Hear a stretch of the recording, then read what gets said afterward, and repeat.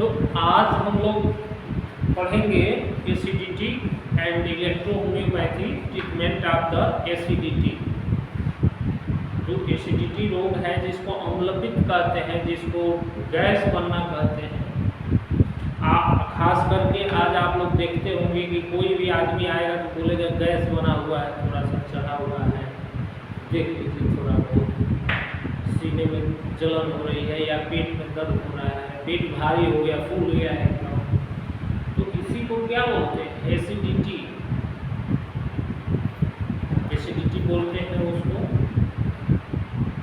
तो एसिडिटी को इलेक्ट्रोहोम्योपैथी में कैसे ठीक करेंगे और कैसे सिलेक्शन ऑफ रेमेडी हम लोग करेंगे, ये आज हम लोग जानने का प्रयास करेंगे। क्योंकि हमारा जो सिस्टम है, जो तरीका है पढ़ाने का इलेक्ट्रोपैथी का, जो इलेक्ट्रोपैथी जो है एकदम आपको कैसे दवा देते हैं ये सिखाने का प्रयास इसमें करते हैं। इसलिए केवल रटी रटाई बातों को इतना फ्लोनेस में हम बोलते नहीं हैं, एक एक चीज़ों को समझाते हैं, बताते हैं, ताकि जो लर्नर है, जो ये इस वीडियो से या इस क्लास से किसी को प्रभावित नहीं करना होता है, जो लर्नर हैं वो सीखें इलेक्ट्रोपैथी। कि जो लर्न कर रहे हैं इलेक्ट्रोपैथी नहीं कर पा रहे हैं, सिलेक्शन ऑफ रेमेडी उससे नहीं हो पा रही है, तो how to select the remedy in the any disease, किसी भी बीमारी में कैसे हम सेलेक्ट करेंगे दवाई को। कोई भी रोगी हमारे पास आया है तो कैसे सेलेक्ट करें, तो इसका मैंने पूरा प्रोसीजर बनाया है, कैसे किसी रोगी को दवा सेलेक्ट कर सकते हैं। उस प्रोसीजर में ये हमारी यूट्यूब की क्लास या टेलीग्राम की क्लास जो है ये हमारी चल रही है। तो इसमें आज हम एसिडिटी के बारे में पढ़ेंगे कि एसिडिटी जो है कैसे होती है और कैसे ठीक करेंगे इलेक्ट्रोपैथी के द्वारा। तो इसको 3 भागों में हम लोग बांटते हैं कि पहला जो है सिम्टम्स में, जिसमें कि सिम्टोमेटिक रेमेडी देते हैं। दूसरा भाग है जो ऑर्गेनिक रेमेडी है, जिसके कारण एसिडिटी क्रिएट हो रही है। और तीसरा भाग में बैठते हैं कि प्रिंसिपल रेमेडी, यानी कि जिसके कारण एसिडिटी हुई। तो ये 3 चीज़ों पर जब ध्यान देते हैं तो रोगी को complete cure by the electropathy कर सकते हैं। तो एसिडिटी नाम से है कि जैसे क्या है कि जब अमाशय में हाइड्रोक्लोरिक एसिड HCl निकलता है, लेकिन इसकी मात्रा जो है वो बढ़ जाए, इंक्रीज हो जाए इसकी मात्रा, तो उसी को हम हाइपर एसिडिटी कहते हैं। इसकी मात्रा जो बढ़ जाती है उसी को क्या बोलते हैं कि ये हाइपर एसिडिटी। और हमारे पास अमूमन हमारे घर में या कोई भी अगल बगल या कोई भी आता है तो यही शिकायत करता है, ज़्यादातर लोग शिकायत लेकर के आते हैं। तो इलेक्ट्रोहोम्योपैथी में कैसे इसको ठीक करेंगे, कैसे ठीक होगा और कैसे ये, तो इसमें खास करके सिम्टम्स क्या क्या आता है कि सीने में जलन, हार्ट बर्न,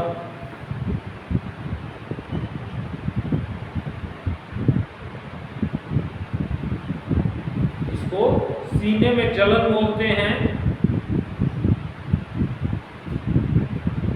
खट्टी डकारें आना,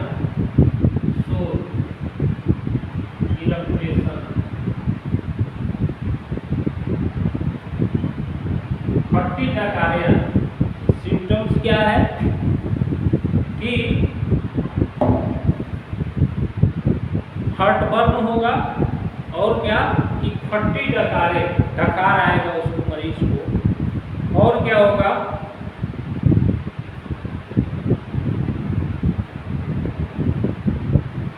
पेट का भारी होना,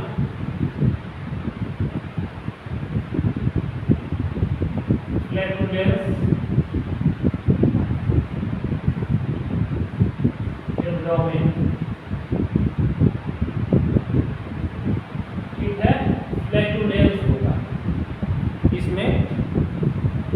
और क्या क्या हो सकता है?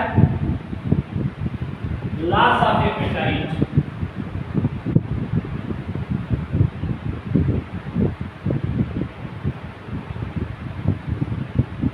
भूख का न लगना।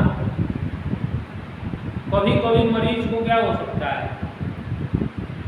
Nausea, vomiting, nausea, vomiting. ये जो है सिम्टम्स जो आते हैं जैसे एसिडिटी, तो सिम्टम्स के 4 फेज होते हैं। मैंने पहले भी बताया कि एक्यूट, सब एक्यूट, क्रोनिक और degenerative, in the 4 stage of the disease. तो ये जो सिम्टम्स होते हैं इसी 4 खाने में चीजें आती हैं। जो सिम्टम्स हमारे आते हैं ये इसी 4 खाने में ये सिम्टम्स जो है आते हैं। तो कुछ सिम्टम्स आते हैं एक्यूट फेज में, कुछ सिम्टम्स जो है बीमारी ऐसा ही थोड़े है कि हमारे पास एक्यूट फेज में ही आएगा, हमारे पास किसी फेज में कोई भी रोगी आ सकता है। तो थोड़े बहुत सिम्टम्स आगे पीछे जो है वो होते रहते हैं, स्टेज ऑफ द डिजीज पे निर्भर होते हैं। और उसके बाद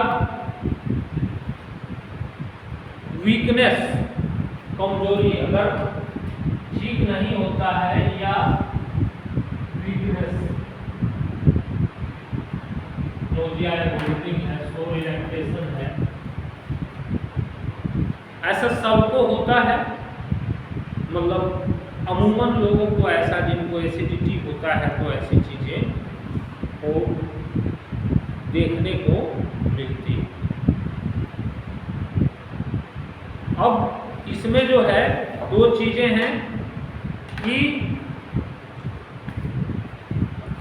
अब इसमें कौन सा अंग इन्वॉल्व होता है। ठीक,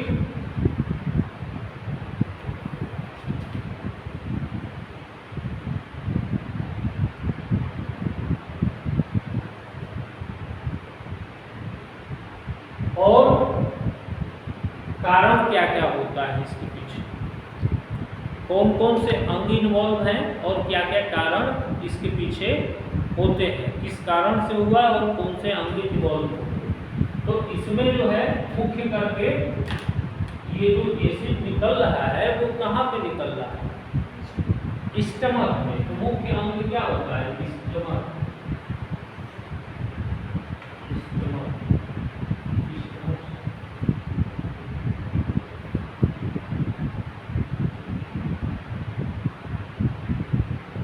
खास करके जो अंग होता है वो स्टमक होता है,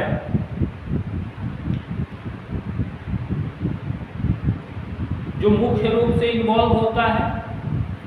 बाकी कई सारे अंग भी होते हैं इसके जिम्मेदार, जिसमें कि आपका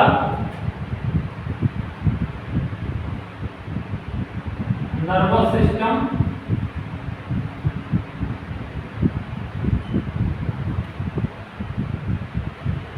तंत्रिका तंत्र, नर्वस सिस्टम। क्योंकि जो कारण होता है एसिडिटी बनने के वो 2 कारण होते हैं। मैंने पहले बताया कि रोग होने के पीछे 2 कारण हैं, एक इंटरनल है और ये क्या है? एक्सटर्नल।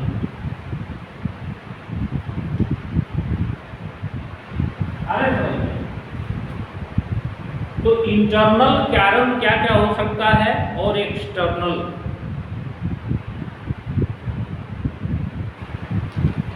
तो इसमें जो है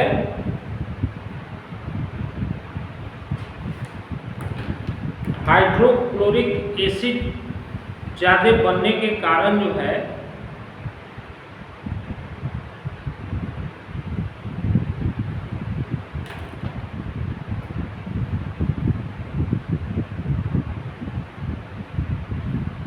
यानी कि आंतरिक कारण और बाह्य कारण, दो तरह के कारण रोग होने के पीछे किसी के होते हैं।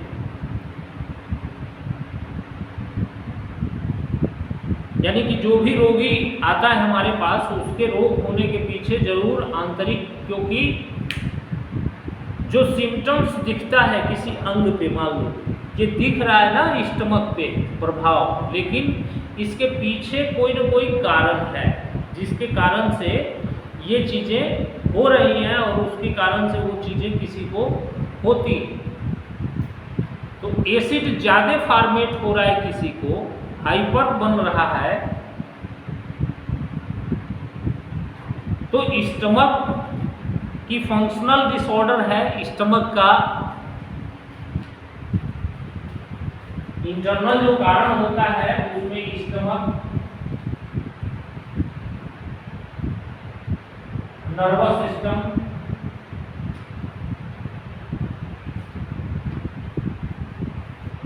उसके बाद जो एक्सटर्नल कारण है उसमें हैबिट्स हैं, आदतें हैं,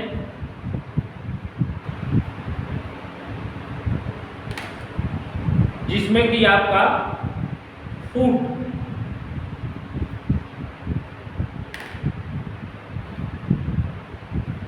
बार बार खाना खाना, bad habit of the food,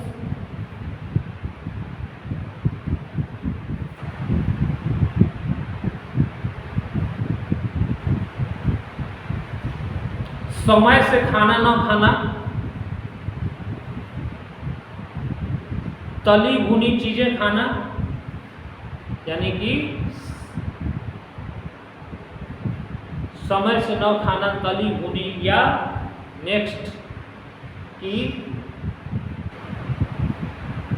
alcohol, टोबैकोस, smoking, ये तमाम तरह के हाईली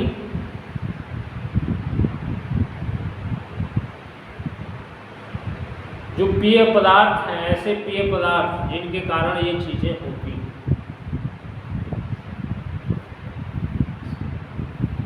आ रहा है समझ में?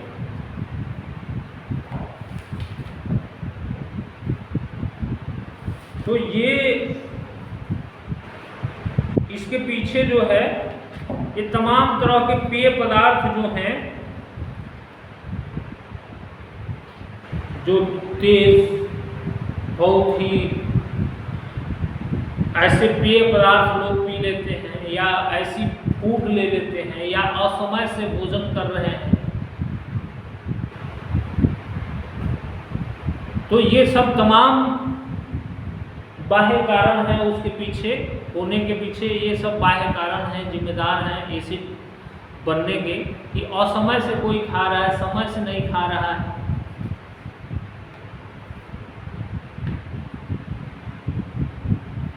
और जो इंटरनल कारण है वो ऑर्गेनिक कारण है, स्टमक का अपना ऑर्गेनिक कारण है।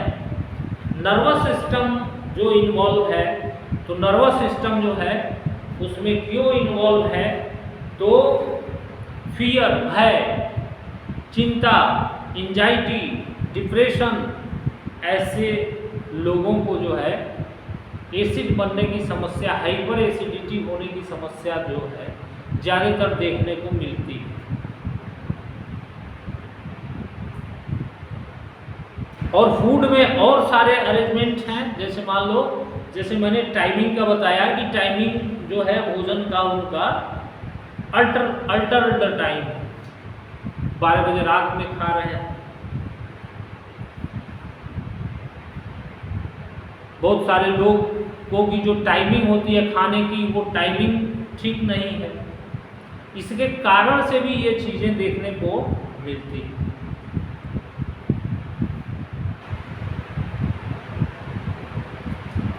और इसको ट्रीटमेंट जो है इलेक्ट्रो होम्योपैथी में कैसे ट्रीट करेंगे और कैसे इसकी चिकित्सा जो है इलेक्ट्रो होम्योपैथी में की जाएगी।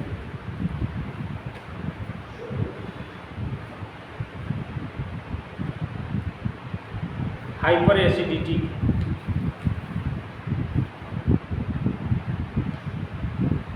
तो इसको ट्रीट करने के लिए फर्स्ट ऑफ ऑल तो सिम्प्टोमेटिक रेमेडी होती है कि लक्षण की दवाई, इसमें एक तो एक्सटर्नल और दूसरी होती है इंटरनल, यानी एक्सटर्नल दवाई और इंटरनल दवाई। तो बहुत जलन हो रहा है सीने पे तो हम एक्सटर्नल दवाई यूज करते हैं। अगर बहुत जलन वगैरह हो रही है तो हम यूज करते हैं इसमें लगाने वाली दवाइयाँ। तो लगाने में आप WE और C5 और F2 ये एप्लीकेट करवा सकते हैं। और इंटरनल जो है WE पिलाते हैं। बहुत जलन हो रही हो तो BE भी पिलाते हैं कभी कभी। और YE आवश्यकता अनुसार YE खिलाने के लिए उसको, यानी कि तत्काल अगर हमें आराम देना है खिलाने के लिए तो यहाँ पे ड्राई पिल्स में आपकी S5, S9, S10, अगर पैर रोमन उल्टी है तो S11 यहाँ पे। यानी कि किसी को एसिडिटी आपके क्लिनिक पे ही उसको ठीक करना है मरीज को। तो मरीज को लेटाएंगे, ठीक, और कह रहा है जलन हो रहा है, हार्ट में जलन या पेट फूला हुआ है, तो एक्सटर्नल जो है ये लगवा सकते हैं। जरूरी हो तो लगवा सकते हैं आप। कोई ऐसा इमरजेंसी नहीं है तो नहीं भी लगवा सकते हैं, कोई बात नहीं है। क्योंकि ट्रीटमेंट का बता रहा हूँ तो होल चीज़ों को बताना जरूरी होता है। उसके बाद इंटरनल में WE पिलाएंगे उसको, ठीक। इलेक्ट्रिसिटी में WE, YE और BE ये 3 दवाइयाँ होती हैं पिलाने के लिए। 3 दवाइयाँ जो है ज़रूरत के आधार पे जो जो आवश्यकता होती है उस आधार पे पिलाते हैं। उसके बाद S9, S10, S11, S2 ये ड्राई पिल्स, सूखी गोलियों के रूप में हम खिलाते हैं। ड्राई पिल्स के रूप में, सूखी गोली के रूप में हम खिलाते हैं, जिससे कि तत्काल क्लिनिक पे ही आराम किया जा सकता है। तत्काल क्लिनिक पे ही आराम हो जाएगा। उसके बाद हम अंगों की दवाइयाँ करते हैं, आयुर्वेदिक रेमेडी। तो अंगों की दवाई हमारी यहाँ पे जो हम करते हैं कि जो अंग है, जो इन्वॉल्व अंग है, उस आधार पे चीज़ों को हम लोग करते हैं। तो यहाँ एसिडिटी में आपकी एस्प्रोफ्लोसो ग्रुप की S1, S2, S10 ये मुख्य रूप से दवाइयाँ हैं। और C1, C10, C15 ये कैंसरोसो ग्रुप की दवाई है जिसको प्रयोग की जाती है। ये कंडीशन के आधार पे है कि जो जो कंडीशन है उस कंडीशन के आधार पे हम उपयोग करते हैं कि जो रोगी जो है तो C1, C10 और C15 यानी कि 3 ये दवाइयाँ हैं। और आपकी F1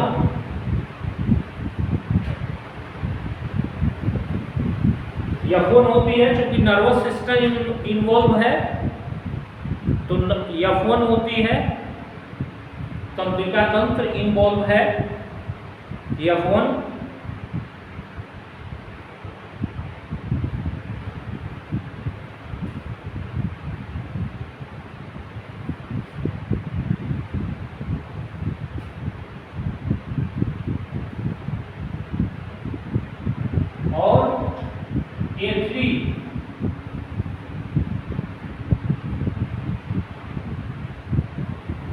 A3 भी प्रयोग करते हैं इसमें, एंजाइम नंबर 3 A3।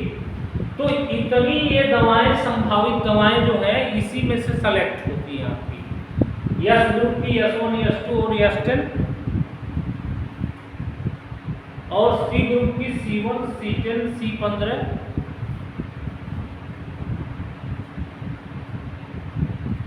तो डिटेल में जो मटेरिया मेडिका है उसमें चीज़ों को बताया भी गया है कि कब हमारी कौन सी औषध प्रयोग करनी होती है, और इसमें F1 है और A3। तो इस हिसाब से हम फार्मूला जो है क्रिएट कर सकते हैं। अगर मान लो दर्द भी हो रहा है उससे, तो भरवन और वाई, भरवन की जो पड़ती है भरवन वाई एप्लीकेट करा सकते हैं लेवल एरिया में। अगर एसिडिटी से क्या हो रहा है, दर्द हो रहा है पेट में, उसको तो करा सकते हैं।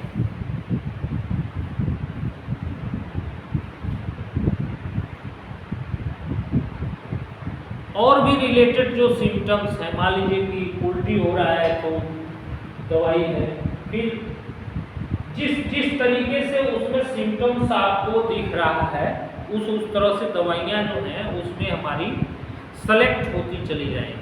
तो इसीलिए हमारे वहाँ जो है फार्मूले की बात नहीं होती है, मैं बताता हूँ कि कैसे आप सेलेक्ट कर सकते हैं। ये थोड़ी कठिनाई है सीखने में, लेकिन जब इस तरीके से सीखेंगे तो धीरे धीरे सीखते चले जाएंगे। और इसी का मैं फार्मूला एक बना दूं तो आपका दिमाग कुंद हो जाएगा। मैं फार्मूला बना के दे दूं तो अभी आपका दिमाग उतने पर रहेगा कि सर ने एक फार्मूला बना के दे दिया, इसको हमें यूज करना है। ठीक, जीवन भर उसी फार्मूले के इर्द गिर्द घूमेंगे, और उससे क्या होता है कि दूसरे प्रकार का जब रोगी आता है तो फिर वो रोगी आपसे ठीक नहीं होता है। इसलिए कभी भी जो आप सीख रहे हैं इलेक्ट्रो होम्योपैथी, तो हमेशा जो सिलेक्शन ऑफ रेमेडी जिस आधार पे मैंने बताया है, तो ये सिम्टोमेटिक रेमेडी उसी आधार पर तय होती है कि रोगी हमारे पास आया है, फिर ऑर्गेनिक जो रेमेडी है जो इसमें से औषधियाँ सेलेक्ट करनी है, तो इसमें से इन्वॉल्व अंग के आधार पे हमें औषधियाँ सेलेक्ट कर लेनी है। अभी इसको समझने के लिए भाई पूरा मटेरिया मेडिका तो समझना पड़ेगा, और प्रिंसिपल रेमेडी में कारण का हमें इलाज कर लेना है कि किस कारण से चीज़ें हो रही हैं। अगर आंतरिक कारण है तो वो अंग इन्वॉल्व होता है, यानी कि आंतरिक कारण के पीछे अंग, और एक्सटर्नल कारण में उसकी हैबिट्स वगैरह होती हैं, और भी सारे कारण होते हैं। तो वो प्रिकॉशंस के रूप में हम मरीजों को बताते हैं, उसको प्रिकॉशंस देते हैं कि वो चीज़ें अवॉइड, जिससे कि बीमारी बढ़ रही है वो चीज़ें बंद करवाते हैं। बाकी जो अंग इन्वॉल्व है, जो कारण हो, उसका ट्रीटमेंट इलेक्ट्रोपैथी में करेंगे। सिम्टम्स, आर्गन और कारण, तीन चीज़ को ध्यान देंगे, रोगी एसिडिटी का भी ठीक हो जाएगा।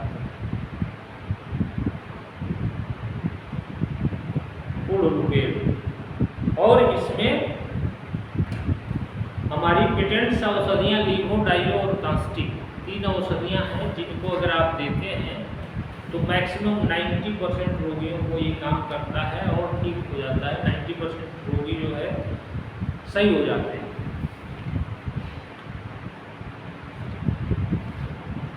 तो ये रहा ट्रीटमेंट आपका हाइपर एसिडिटी का, कि कैसे हम सिलेक्शन ऑफ रेमेडी जो है हाइपर एसिडिटी में करेंगे। तो ये हाइपर एसिडिटी है।